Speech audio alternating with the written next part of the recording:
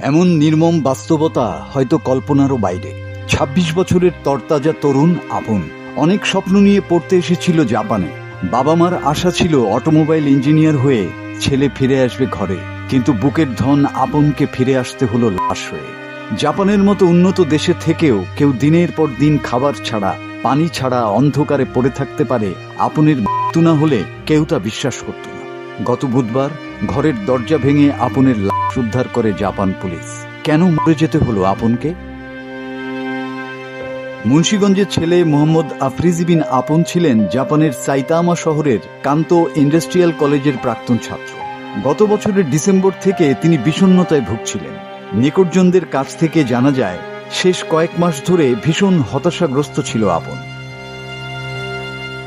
জাপানের ব্যস্ত শহরে এক ছোট্ট ভাড়া বাসার অন্ধকার ঘরে দিনের পর দিন একা কাটিয়েছেন আপন। ছাত্রজীবনের শেষের দিকে কলেজের বেতন নিয়ে সমস্যায় পড়েছিলেন। সবার জানা থাকলেও কেউ এগিয়ে আসেনি। একসময় বন্ধু বান্ধব, কমিউনিটির সবার সাথে দূরত্ব তৈরি হয়ে যায়। প্রতিবার খোঁজ নেয়ার মাঝে তৈরি হয় দীর্ঘ বিরতি।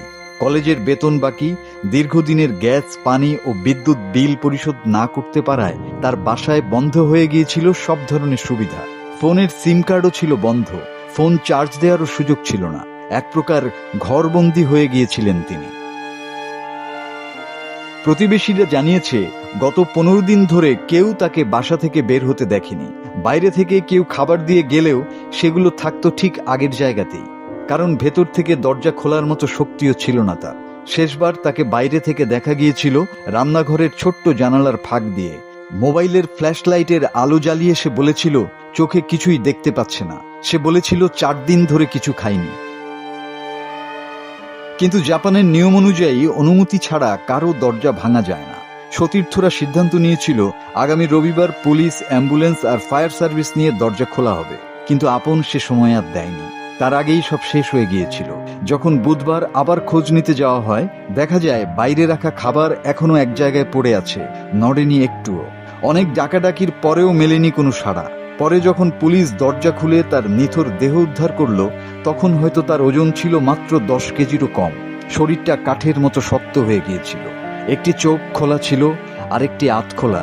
মনে হচ্ছিল সেই চোখগুলো যেন যুগ যুগ ধরে খাবারের আশায় অপেক্ষা করেছিল। পুলিশের ময়নাতদন্তে জানা যায় তার মৃত্যু হয়েছে আরো 2 থেকে 3 দিন আগেই, হয়তো সোমবার। তখন সে একা, নিঃসঙ্গ, সম্পূর্ণ অন্ধকার ঘরে পড়েছিল। গত বৃহস্পতিবার স্থানীয় হাতোয়ামা মসজিদে আপনের জানাজা অনুষ্ঠিত হয়। এই মৃত্যু কেবল একজনের নয়, এই মৃত্যু আমাদের সমাজের ব্যর্থতার প্রতিচ্ছবি। একটু সহযোগিতা, একটু সময় হয়তো বদলে দিতে পারত তার জীবন। এভাবে কোনো আপন যেন হারিয়ে না যায় ক্ষুধার কাছে, একাকিত্বের কাছে, বা আমাদের অবহেলার কাছে। মাসুদ হাসান, বাংলা টিভি।